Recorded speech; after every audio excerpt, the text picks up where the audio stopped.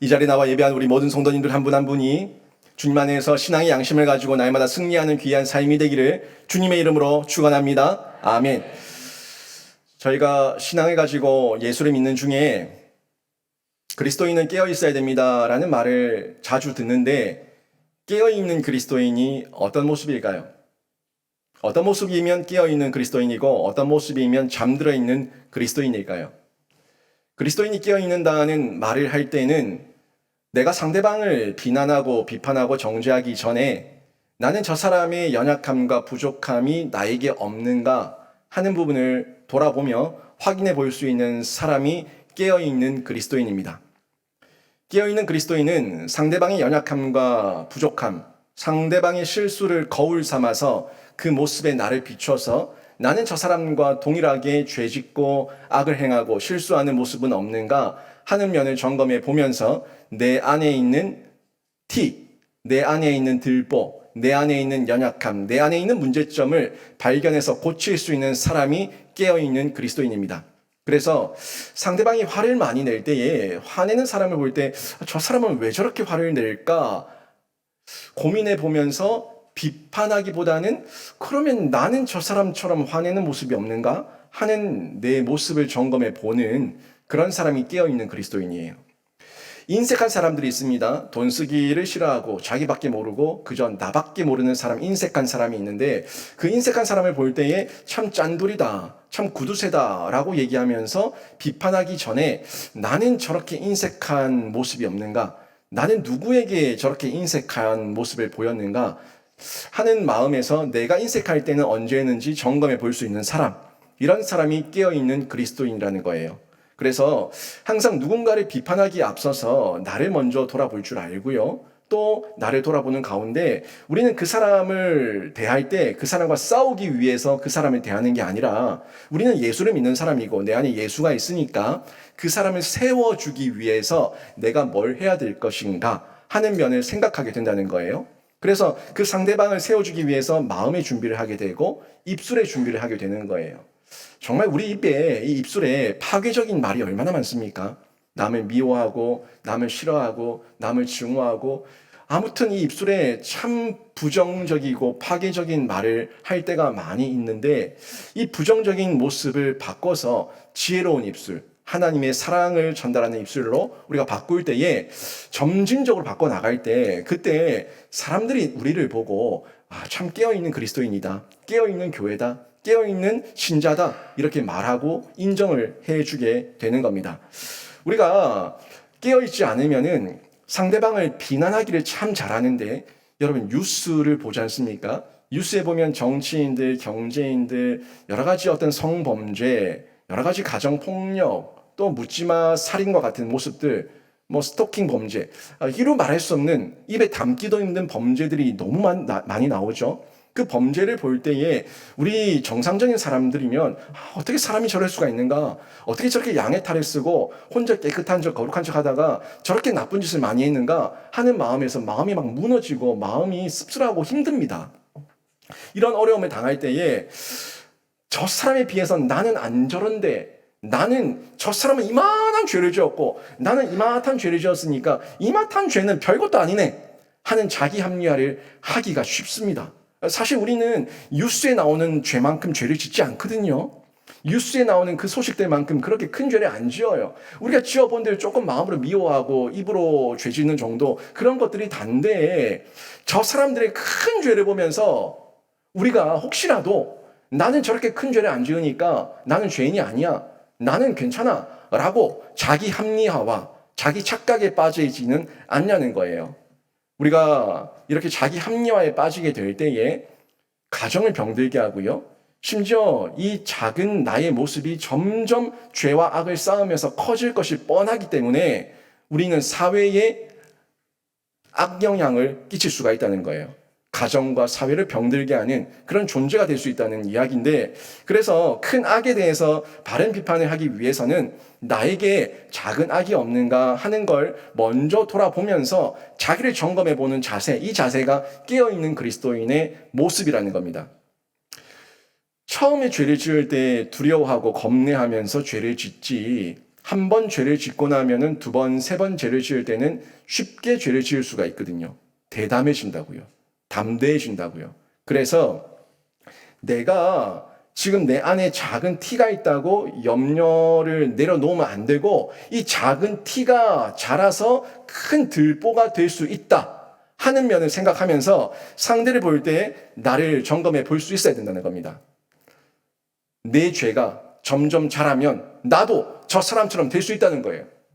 내 죄가 점점 자라서 내가 영향력 있는 사람이 되면은 그 죄를 버리지 못했기 때문에 내가 끼치는 영향력 때문에 내가 죄를 행하게 되면 더 큰 죄를 범할 수 있기 때문에 나 자신을 비춰보고 내 죄를 버리는 이런 실제적인 실천을 자기 각자가 해 나가야 된다는 겁니다.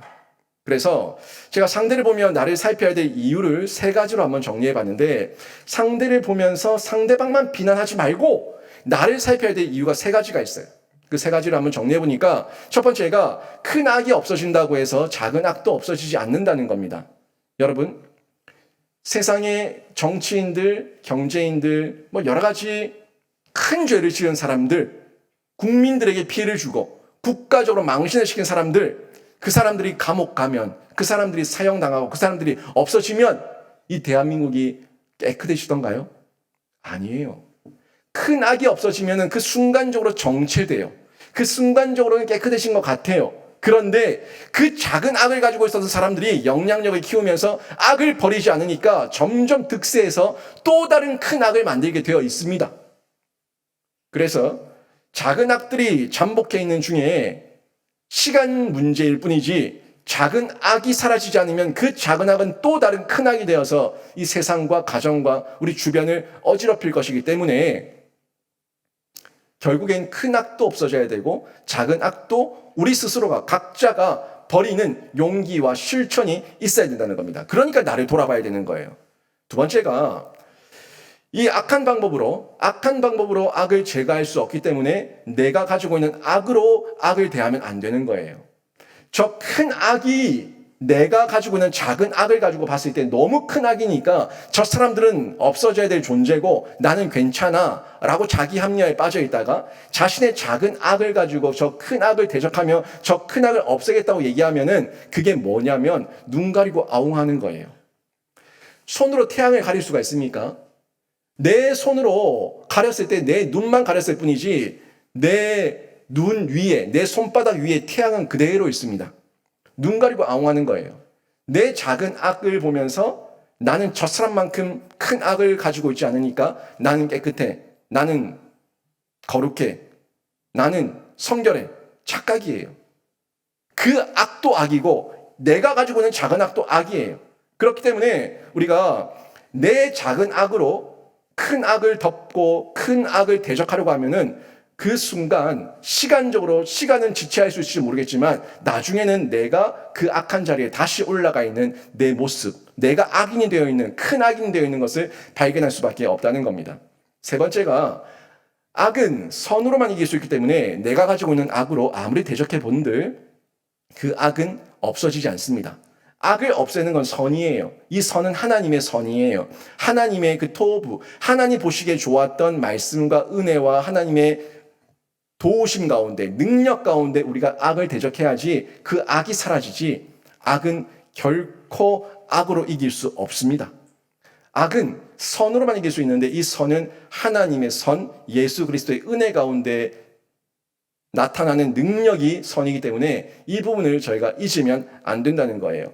그래서 성경대로 진리 안에서 선을 행할 때에 비로소 악이 소멸하게 되니까 참된 그리스도인은 도덕을 부르짖는 비도덕주의자가 되면 안 되고 먼저 나 자신을 돌아보고 나부터 깨끗하게 하는, 나부터 정결하게 하는 작업을 시작해야 된다는 거예요. 그게 먼저 내 안에 양심이 들어오는데 신앙의 양심이 들어온다는 거예요. 신앙의 양심이 들어오면 선을 행하며 악을 이길 수가 있고요. 또 중요하게 신앙의 양심을 지키고 있을 때 내가 악을 범하고 있지 않은지, 나에게 악은 있지 않은지 점검해 보면서 진짜 악을 선으로 이기는 실제적인 능력이 나타나기 때문에 저희가 중요하게 이 신앙의 양심을 기억해야 되는 겁니다. 제가 신앙의 양심을 얘기하는 이유가 있어요. 이 신앙의 양심이 중요한 부분인데 제가 이 신앙의 양심, 양심에 대한 부분, 양심주의자에 대해서 얘기해야 되는데 이 신앙의 양심을 제가 중심을 잡고 그리고 오늘 본문 말씀을 이어서 전달할 거예요. 철학적 인간에 대해서 제가 얘기할 때에 철학적 인간에게 비도덕주의자가 있고 또 그리고 양심주의자가 있고 형식주의자가 있습니다라고 얘기했는데 오늘 그 두 번째거든요. 그 양심주의자에 대해서 얘기를 하는데 이 양심주의자는 율법이 있는 양심주의자가 있고 율법이 없는 양심주의자가 있어요. 먼저 율법이 없는 양심주의자에 대해서 제가 말씀을 드릴 건데 이 율법이 없는 양심주의자가 철학적 인간의 두 번째 부류였던 양심주의자의 또 두 가지의 부류 가운데 하나예요. 그리고 제가 율법이 없는 양심주의자, 율법이 있는 양심주의자 두 가지가 다 이 철학적 인간의 두 번째 부류에 속하는 양심주의자에 들어간다 하는 면에서 여러분이 말씀을 보시면 되는데 이 양심주의자가 가지고 있는 착각이 뭐냐면 인간의 양심, 내가 가지고 있는 양심으로 모든 의와 모든 선을 완벽하게 절대적으로 이룰 수 있다고 생각을 한다는 거예요. 이게 착각이에요. 내 안에 양심이 있으니까 옳고 그름을 내가 분별할 수 있으니까 내 의와 내 선을 가지고 나는 양심적으로 의롭게 살아갈 수 있다고 생각하는데 그게 실수라는 겁니다. 이 사람들은 양심에 대해서 잘못 알고 있어요. 인간의 양심이 어떤 양심인지 그걸 모르고 있는데 디모데전서에 보면은 디모데전서의 양심에 대한 부분을 상당히 많이 얘기하고 있습니다. 디모데전서에 보니까 그 양심에 대한 부분을 전달해 주는 부분을 제가 몇 가지를 가지고 왔어요. 먼저 디모데전서 1장 5절에 보니까 선한 양심에 대해서 얘기하고 있고요. 또 1장 9절에 보니까 착한 양심에 대해서 얘기를 하고 있고요. 3장 9절에 보니까 깨끗한 양심에 대해서 말씀하고 있는 것을 볼 수가 있는데 디모데전서에서 얘기하고 있는 바울은 우리 인간이 선한 양심과 착한 양심과 그리고 깨끗한 양심을 가지고 있다는 걸 얘기하는 것이 아니라 너희에게 선한 양심과 착한 양심과 깨끗한 양심이 없으니까 이 양심을 가질 것을 촉구하고 있어요.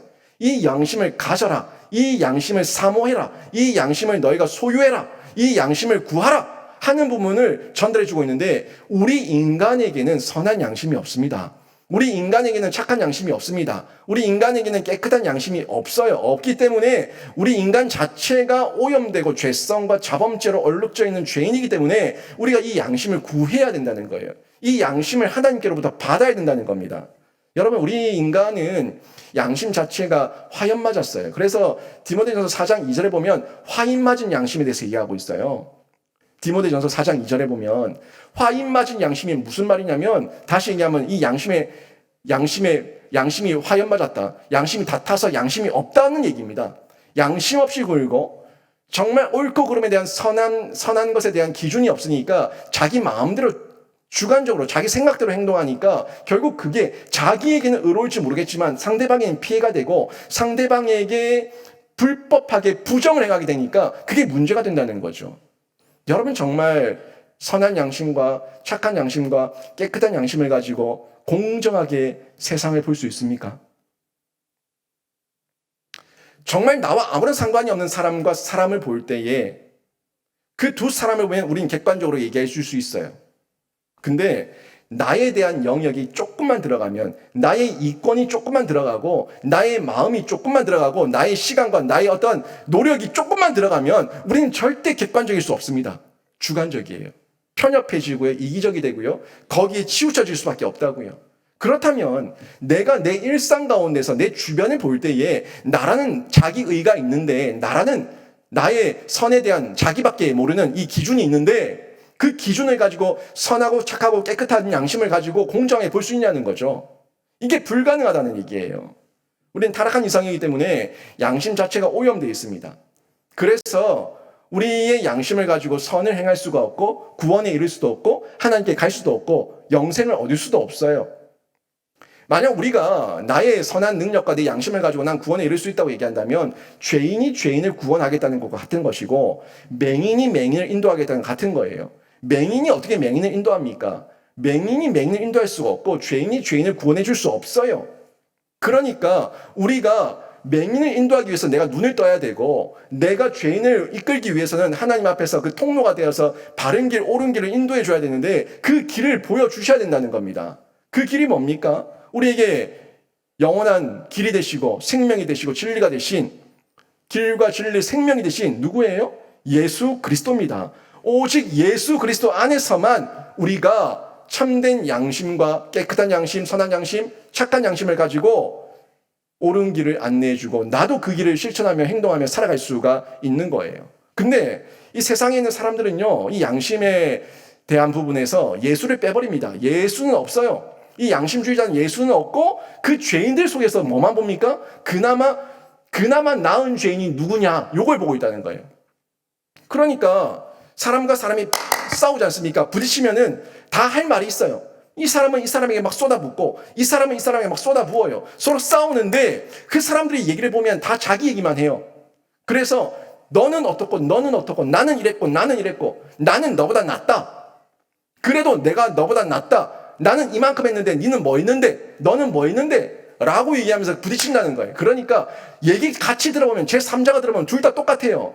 둘 다 똑같은데 그나마 둘이 싸우고 있는 거는 내가 저 사람보다 나은 죄인입니다.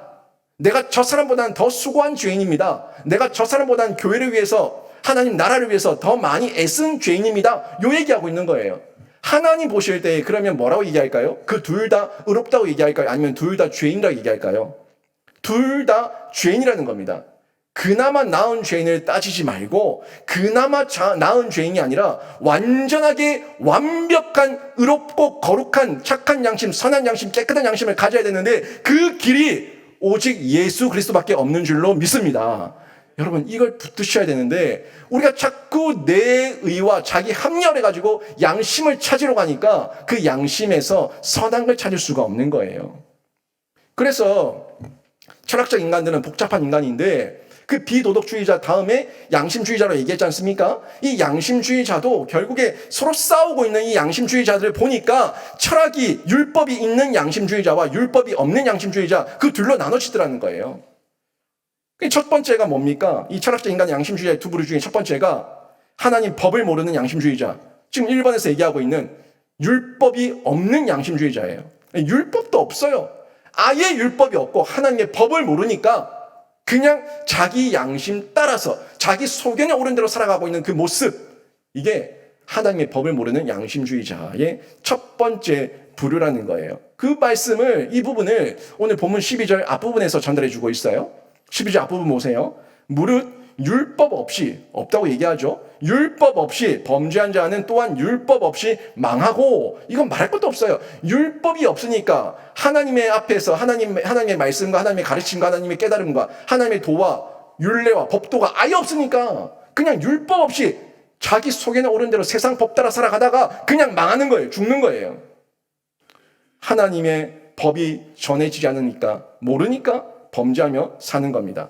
그러면서 자기 양심과 그 양심이 만든 법, 우리들끼리 내 마음에 내 생각에 옳은 대로 만든 법을 이루면서 그걸 지키면서 살아가는데 그러면서 나는 죄인이 아니라 얘기하는 거예요. 왜 당신이 죄인이 아니냐?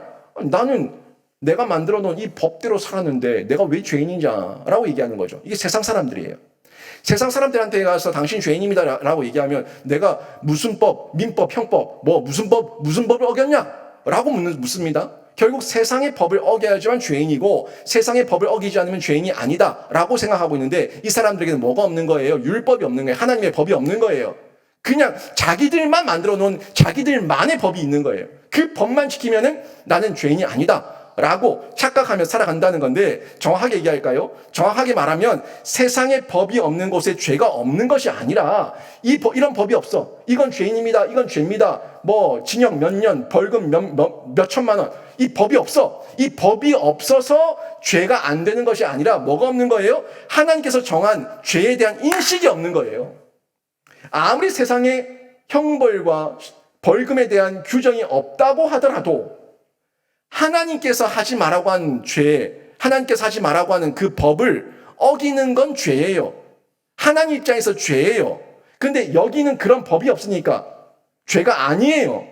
그러면 우리가 진짜 죄에 대한 인식과 양심이 하나님 앞에서 바로 세워져 있다면 어느 법을 따르겠습니까? 하나님 법이 최우선 아니에요? 최고의 법 아니에요? 예를 들어 볼까요?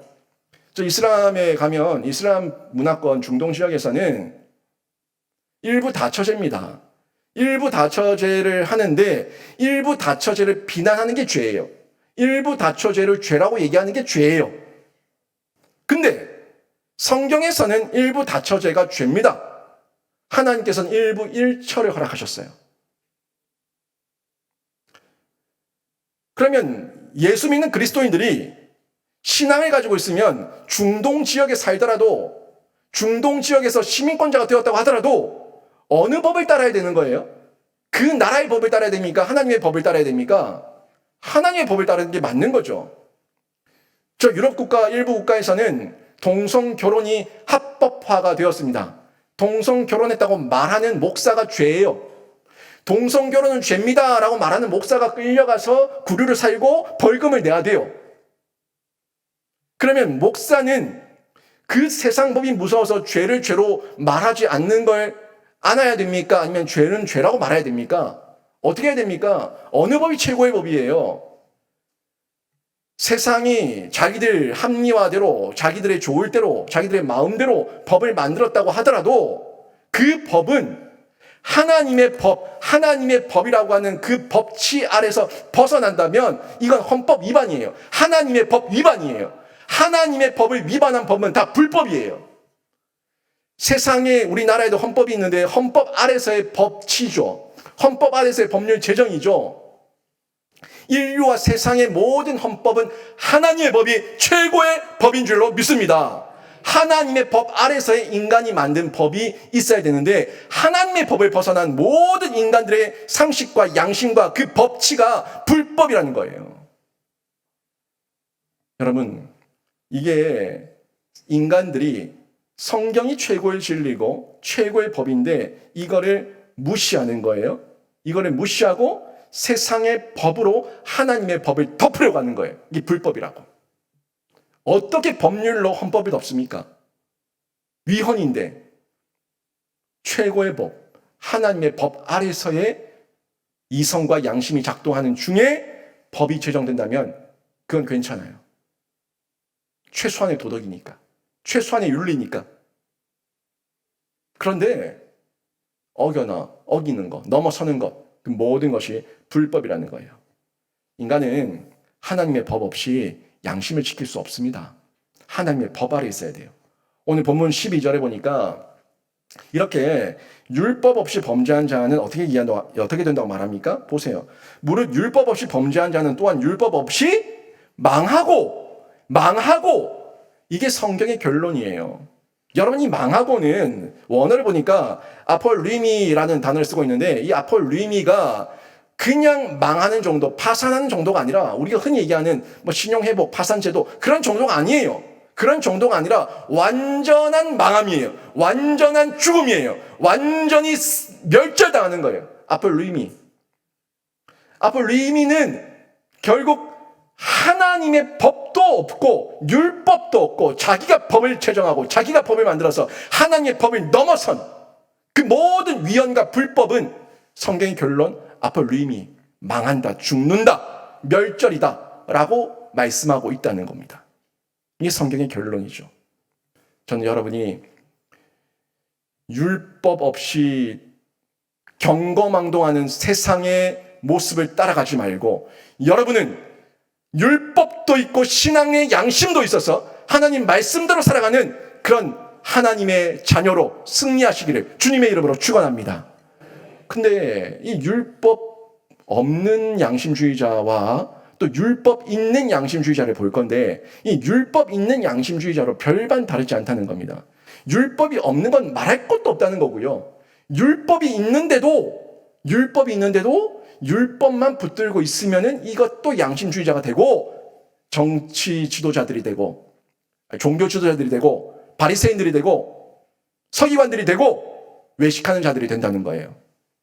예수님께서 다 말씀하셨던 거죠. 그 당시에 종교 지도자들, 화이트 신저, 외식하는 자들아 다 말씀하셨던 거예요. 그들에게 율법이 없습니까? 율법이 있는데 그들은 율법만 있지 뭐가 없어요? 예수가 없어요. 하나님이 없어요. 그 마음에 진실함이 없어요. 그러니까 종교 지도자들, 서기관들, 사두개인들, 바리새인들 화 있을진저 회칠한 무덤이다. 껍데기만 화려하다. 다 죽었다. 그렇게 성경에서 예수님이 친히 말씀하셨다는 겁니다. 양심주의자의 두 번째 부류죠. 하나님의 법을 아는 양심주의자. 그렇지만 그 법만 있지 하나님이 없어요. 그러니까 율법이 있지만 양심주의자는 구원받지 못하는 겁니다.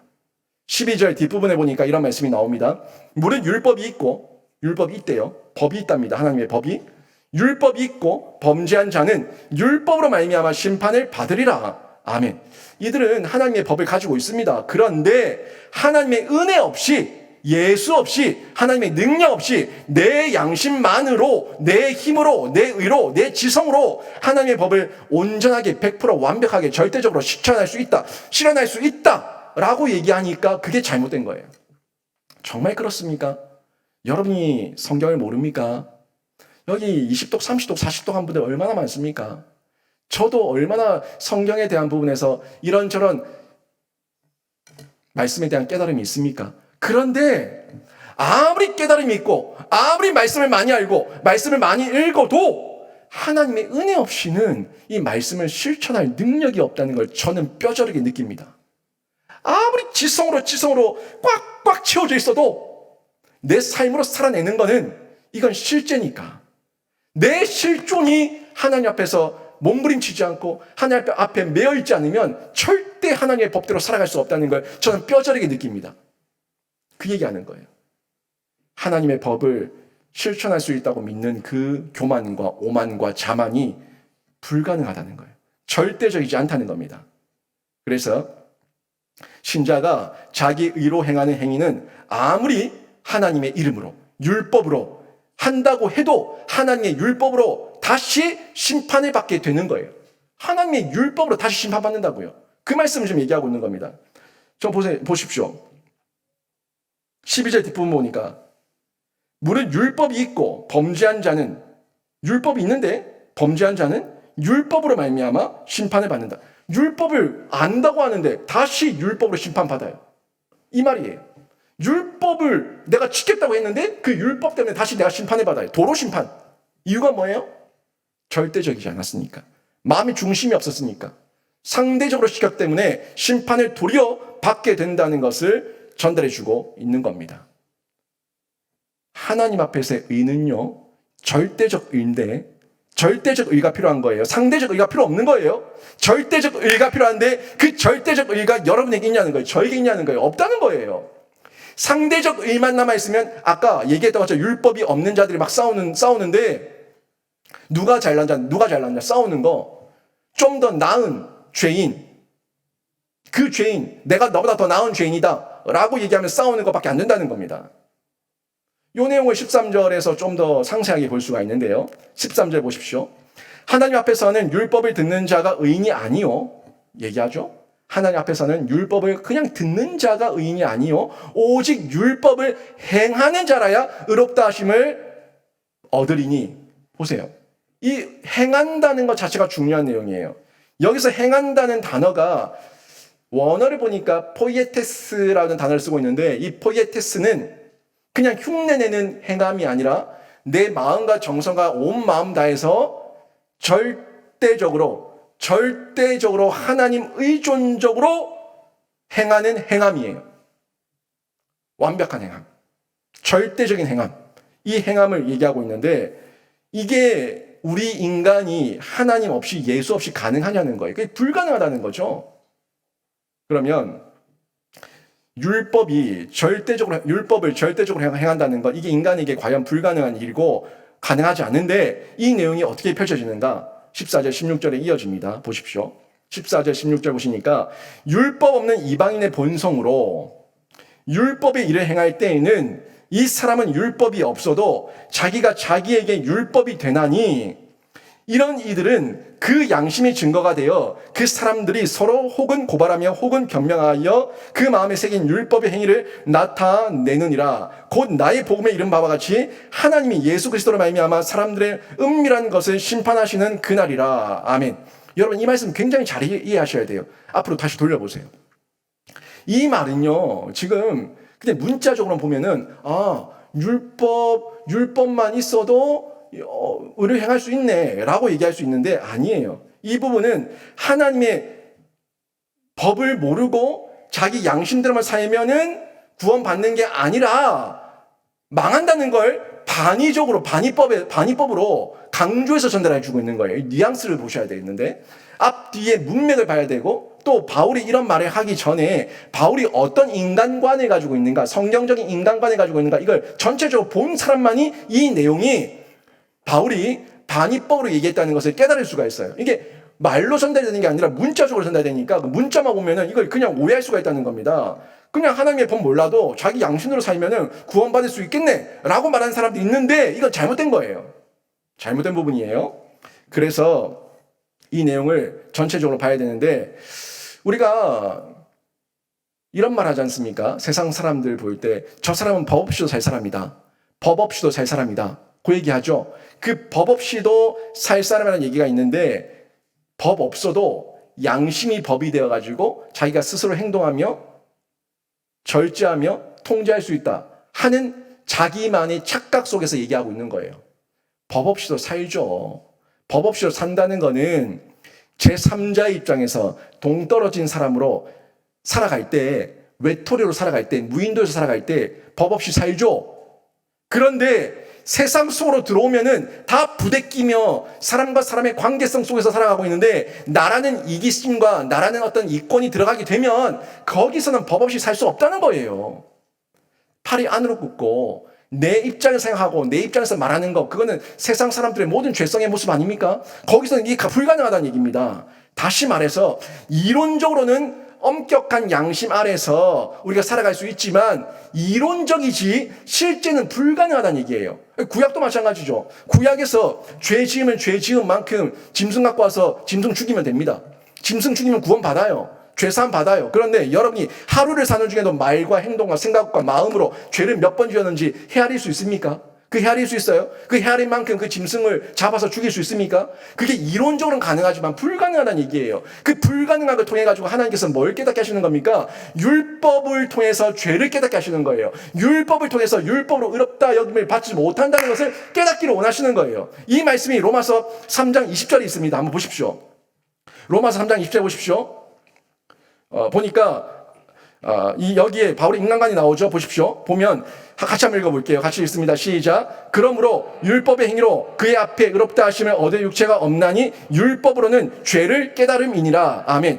여기서 죄를 깨닫는다는 요 내용을 통해 가지고 율법은 죄를 깨닫기만 하는 초등학문, 초등교사이지 우리를 하나님의 영생의 길로 인도하지 못한다는 것을 알려주고 있고요. 또 앞부분에 뭐라고 이야기하고 있습니까? 율법의 행위로, 율법의 행동으로 하나님 앞에서 의롭다 하심을 받을 육체가 없다라고도 얘기하고 있어요. 그러니까 이게 이론적으로는 가능하지만 실제적으로 불가능하고, 그래서 율법을 지키려고 애를 써보다가 나는 율법으로는 절대 나는 어려워질 수가 없다, 이걸 깨닫게 하는 것이 율법의 기능이었다고 얘기하는 거예요. 율법의 기능이에요. 율법을 통해서 뉘우치고 돌이키게 되는 겁니다. 3장 10절에 보면 또 이런 말씀이 나와요. 이게 바울의 인간관이에요. 성경적 인간관이에요. 같이 한번 읽어볼까요? 시작. 기록된 바 의인은 없나니 하나도 없으며. 아멘. 의인이 없대요. 하나도 없대요. 의인도 없고 하나도 없는데 우리가 율법만 많이 알고 있다고 우리가 의로워질 수 있다? 우리가 하나님 앞에 선을 행할 수가 있다? 불가능하다는 얘기입니다. 인간은 하나님의 은혜 없이는 그 누구도 자기 한 사람도 구원할 수 없고 의를 행할 수가 없어요. 하나님의 선에 이를 수가 없습니다. 결국 율법이 없는 양심주의자나 율법이 있는 양심주의자나, 율법이 없는 양심주의자는 아예 율법 자체도 모르니까 말할 것도 없는 것이고, 율법이 있어 본들 거기에 예수가 없고 하나님의 은혜가 없으면 그 양심은 그냥 바리새인과 서기관과 종교 지도자들처럼 외식하는 모습만 될 뿐이고 흉내내는 모습만 될 뿐이지 절대적인 의와 선을 행할 능력은 전혀 없다는 것을 성경이 전해주고 있는 겁니다. 그러면 이제 어떻게 해야 되겠습니까? 율법으로는 저희가 의롭다 여김을 받을 수가 없는데 우리가 어떻게 의롭다함을 받을 수가 있겠습니까? 우리는 길이 정해졌어요. 이제 예수입니다. 예수가 있는 신앙주의자가 되어야지, 그 신앙의 양심을 붙들어야지만 우리는 구원받고 얻고 영생 얻고 세임 얻고 위로와 격려와 희망과 소망을 발견할 수가 있는 거예요. 16절 뒷부분 보십시오. 16절 뒷부분 보시면 이런 말씀이 나옵니다. 사람들의 은밀한 것을 심판하시는 그날이라. 아멘. 사람들의 은밀한 것을 심판하시는 그날이라. 여러분, 사람들이 흉내내기 시작하면요, 그 사람의 중심을 헤아리는 게 굉장히 어렵습니다. 일상을 다 볼 수도 없고, 교회에 나와서 여러분 보이는 그 모습에서만 예쁜 척, 거룩한 척, 성결한 척, 정결한 척, 착한 척 하고 있으면 그 사람의 진짜 그 폐부 속까지, 그 마음의 중심까지 헤아리는 게 굉장히 어렵다고요. 그래서 우리가 속아요. 속을 때도 있고 흔들릴 때도 있습니다. 그런데 다행인 거는요, 그 마지막 최종적인 심판자가 우리 하나님이시기 때문에 우리 성도들에게, 신자들에게 위로가 되고 격려가 되는 거예요. 여기 보니까 16절 뒷부분에 사람들의 은밀한 것을 심판하시는 그 하나님에 대해서 얘기하는데, 은밀한 것, 이 은밀한 것을 보실 수 있으니까, 그 마음의 중심까지 보실 수 있으니까 다행인 거죠. 기쁜 거예요. 감사한 거예요. 이 은밀한 것이라는 단어를 보니까 크립토스라는 단어를 쓰고 있어요. 이 크립토스라는 단어는 감추어진 거예요. 덮어놓은 거, 발견되지 않은 거, 깊숙하게 숨겨놓은 것. 이게 크립토스, 감추어진 것인데, 이 크립토스, 감추어진 것을 다 들춰내실 수 있는 분이 우리 하나님이시거든요. 우리 하나님은 모든 것을 명명백백하게 다 드러내실 거고요. 다 밝히 보여주실 겁니다. 그리고 그 보여진 대로 하나님께서 심판하실 거기 때문에 우리 성도들에게 위로가 되고 격려가 되는데, 우리는요, 비도덕주의자처럼 상대방을 정죄하고 판단하고 심판할 이유도 없고요. 또 양심주의자처럼 자기 양심만 믿고 까불 필요도 없고요. 우리는요, 그냥 하나님만 철저하게 붙들고 있으면 돼요. 그러면 이 은밀한 것에 다 들춰내어도 은밀한 깊숙한 곳까지 예수만 드러나면 되는 거예요. 예수만 드러나고 예수만 의존하고 있고 예수만 의지하고 있으면 되는 거예요. 예수께서 덮어버리시면은 예수께서 덮으신 그 피를 보시고 하나님께서 의롭다고 칭해주시고 여겨주시고 패스오버 유월해버리시니까 우리는 하나님 안에서, 예수 그리스도 안에서 하나님께 칭찬받을 수가 있는 거예요. 근데 이 비도덕주의자와 양심주의자는 그 은밀한 것을 숨겼거든요. 은밀한 것을 흉내냈거든요. 감추었거든요. 그러니까 이게 다 드러났을 때 어떻게 됩니까? 하나님을 무서워하고 하나님을 두려워하고 하나님을 겁내하는 거예요. 그 사람들의 모습이에요. 실존은 안 바뀌었으니까 껍데기만 자기가 똑똑한 척, 자기가 잘난 척, 남 정죄하기 바빴고 또 양심 있는 척, 도덕주의자인 것처럼 행동했지만 실상은 그 내면은 흉내였거든. 그러니까 정작 하나님의 심판 앞에 섰을 때 무섭고 두려운 거예요. 겁나는 거예요. 벌벌 떠는 거예요. 그런데요, 우리 신자는 그렇지 않습니다. 신자는 그 깊숙한 은밀한 곳까지 다 감찰하시는 분이시니까 감사한 하나님이죠. 그동안의 원통함과 억울함과 고통과 역경과 그 고독한 외로운 길 가운데 오직 예수 그리스도 한 분 의존하며 살아왔던 우리의 그 모든 마음의 중심을 헤아리시고 갚아주시니까, 신앙의 양심대로 살았던 우리들의 그 모습을 갚아주시니까 우리 신자에게는 그 하나님께서 감사한 하나님이 되어서 모든 영광, 모든 존귀 우리 하나님 다 받으십시오 하는 찬양의 대상이 되고 감사의 대상이 되는 거예요. 그런 하나님을 저희는 의지하며 살아가고 있는데, 우리를 택해 주셨지 않습니까? 우리를 택하셔서 구속하셨고, 또 하나님을 알게 한 정도가 아니라 보혈의 능력으로 하나님께서 우리를 완전히 덮어버리시고 속량해 주셨기 때문에 이제는 하나님을 알아가면 알아갈수록, 하나님을 만나면 만날수록, 체험하면 체험할수록 우리 안에 뭐가 작동하냐면 신앙의 양심이 작동하는 거예요. 신앙의 양심이 작동해서 하나님의 음성을 듣고 분별하고 깨어있고 민첩하게 행동할 수 있는 그 능력이 우리 안에 나타나게 되는 겁니다. 여러분, 신자 안에 있는 신앙의 양심이 작동할 때 그걸 우리가 흔히 얘기하는 죄책감이에요. 세상 사람은 죄책감을 안 느끼지 않습니까? 죄책감을 이제 모르잖아요. 근데 우리는 죄책감을 느낀다고요. 왜? 하나님의 음성의 소리가 들리니까, 하나님의 양심의 소리가 들리니까, 그러니까 이건 죄라는 걸 아니까. 세상은 죄가 아니라고 해도, 세상은 동성애, 동성혼, 거기에 허랑방탕하게 빠지고 있어도 우리는 그게 죄인 줄 아니까, 그건 인권도 아니고 자유도 아니고 하나님 앞에서의 죄다 하는 걸 아니까 그 신앙의 양심에 경보기가 울려야 되니까 죄책감 때문에 안 하는 거예요. 그러면 안 되는 거야. 하면 안 되는 거야. 그러면 안 돼. 정확하게 말할 수가 있어요. 죄책감을 두려워하지 마십시오. 여러분에게 죄책감이 있다는 것은 뭐가 있다는 거예요? 여러분에게 신앙의 양심이 작동하고 있다는 긍정적인 반응입니다. 흔히들 제가 신앙 상담을 해보면 죄책감 때문에 힘들어하는 분들이 있어요. 죄책감은 나쁜 게 아니에요. 죄책감은 나에게 하나님께서 주시는 은혜고요. 내 마음 가운데 바른 길을 걷도록 도와주시는 하나님의 사인이에요.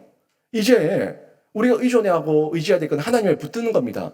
하나님을 붙들고 하나님께 뛰어들면은 그 죄책감에 멈추지 않고 죄책감에서 벗어나서 열매 맺는 신앙의 자유함을 얻게 하시는 거예요.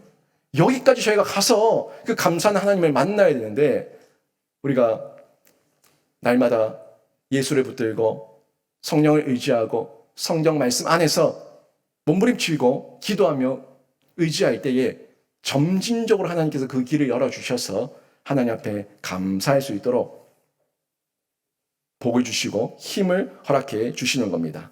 여러분이 경보기가 올 때에 도망가지 마세요. 반응하시면 됩니다. 마태복음 5장 48절에 보면 이런 말씀이 나옵니다. 이 말씀을 또 굉장히 힘들어하는 분들이 있어요. 한번 읽어볼까요? 같이 한번 읽습니다. 시작. 그러므로 하늘에 계신 너희 아버지의 온전하신 같이 너희도 온전하라. 아멘. 목사님, 하나님의 온전하신 같이 우리가 어떻게 온전해집니까? 저는 온전해질 수 없습니다. 저는 이 말씀이 두렵습니다. 겁납니다. 못하겠습니다. 제가 어떻게 할 수 있습니까? 요게요, 율법 있는 양심주의자의 모습이에요.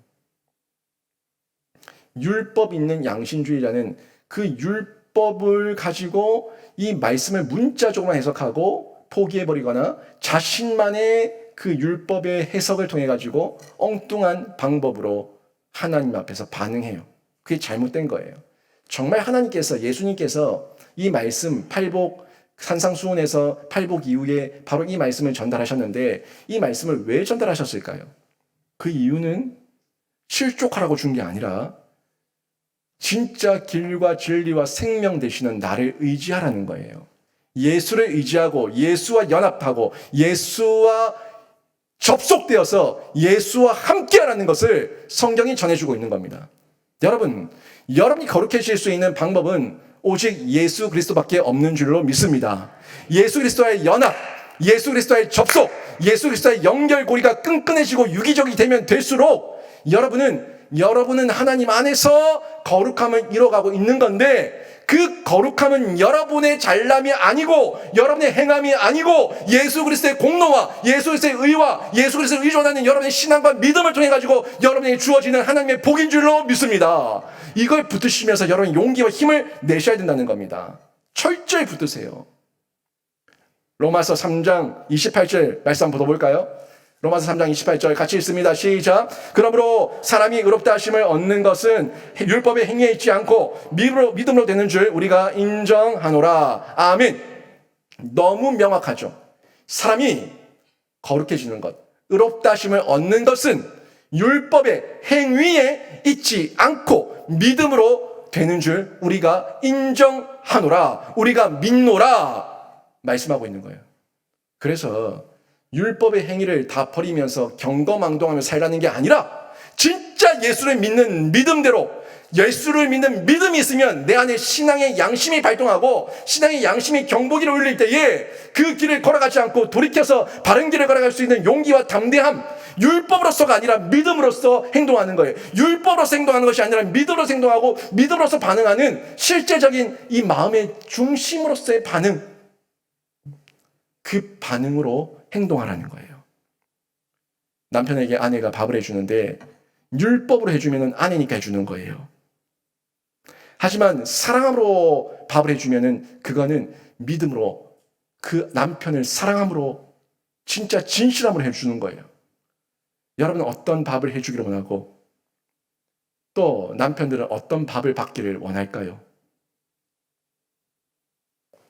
우리의 모습 가운데 율법으로 교회를 섬기고 율법으로 헌신을 하고 율법으로 수고를 하고 다 지칩니다. 다 나가 떨어집니다. 하지만 믿음으로 사랑으로 행하고 실천하고 반응하고 고백하면 그거는 끊어지지 않는 하나님의 물된 동상 같은 생수의 근원이 나에게서 샘솟음 치니까 이겨내고 용기 얻고 날마다 열매 맺는 삶을 살아갈 수가 있는 겁니다. 여러분, 우리의 길은 확실하게 보여졌습니다. 율법이 있는 양심주의자도 아니고요. 율법이 없는 양심주의자도 아니고요. 우리는요, 예수가 있는 신앙주의자가 되어야 되는 줄로 믿습니다. 예수가 있으면 돼요. 여러분의 신앙을 확인해 줄 수 있는 법, 여러분의 신앙을 더욱더 선명하게 해주는 길, 딴 거 다 없어요. 예수입니다. 예수만 여러분에게 있으면 여러분에게 그 생명이 드러나고 신앙의 열매가 드러나고 여러분 삶 가운데 실제적인 변화가 일어나게 됩니다. 신앙의 양심을 따라서 분별하시고 또 예수의 복음을 드러내게 되는 거예요. 힘들 때도 있습니다. 어려울 때도 있습니다. 예수가 있는 신앙주의자로 살아갈 때에 그 길이 좁기도 하고요. 또 힘들어서 더디기도 해요. 그런데 좁아도 가야 되고요. 더뎌도 가야 됩니다. 좁고 더뎌도 끝까지 가서 예수의 이름을 부르면 하나님께서 그 모든 길 가운데 인도하셨다는 것을 최종적으로 여러분이 고백하게 될 거고, 여러분 앞에 천국 영생 복락의 상급과 그 길이, 복이 여러분 앞에 펼쳐지는 것을 체험하게 될 겁니다. 말씀으로 분별하시고 성령께서 주시는 은혜로 깨달으셔서 저는 여러분이 깨어있는 그리스도인으로 날마다 승리하시기를 바랍니다. 영안이 밝혀지고요. 눈이 뜨여지고요. 더 선명하게, 날마다 선명하게 신자답게 살아가는 그런 은혜를 누리게 될 건데, 조금 자랐다고 교만하지 마시고 그리스도의 장성한 분량까지 자라가는 그런 은혜를 다 누리시는 신자 되시기를 주님의 이름으로 축원합니다. 오늘 말씀 정리하면요, 율법이 없는 양심주의자, 말할 것도 없다고 했습니다. 그냥 망하는 길이에요. 그냥 아폴림이 그냥 멸절을 했어요. 망하는 길이에요. 율법이 없는 양심주의자에서 벗어나시고, 율법이 있는 양심주의자, 결국에 율법이 도로 나의 심판이 되니까. 왜? 뭐가 없었어요? 절대적이지도 않았고 마음의 중심이 없었어요. 도로 심판받아요. 버리시고 우리는 오직 내 신부, 내 폐부, 내 중심, 마음 깊은 곳까지 모든 생명의 근원은 예수 그리스도 그 이름만으로 무장하셔서 신앙주의자가 되시고, 예수를 통해서 의롭다 칭의를 받는 아름다운 하나님의 자녀가 되시고, 신앙의 양심을 따라서 성숙하는 신자로 날마다 자라가시기를 주님의 이름으로 축원합니다. 아멘.